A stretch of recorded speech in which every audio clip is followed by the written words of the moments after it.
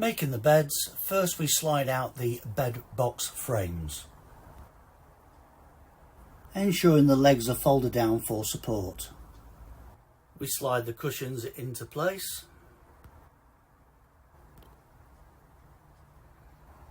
Bed completed. Cushions can be turned over if required.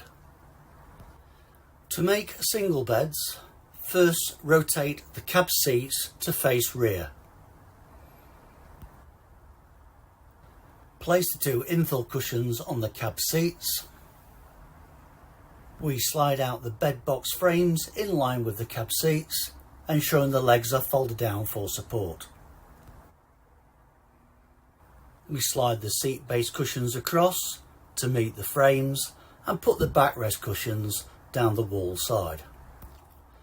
This will give us our single beds with our feet on the travel seats and our heads nearest to us. Again, the cushions can be turned over if required.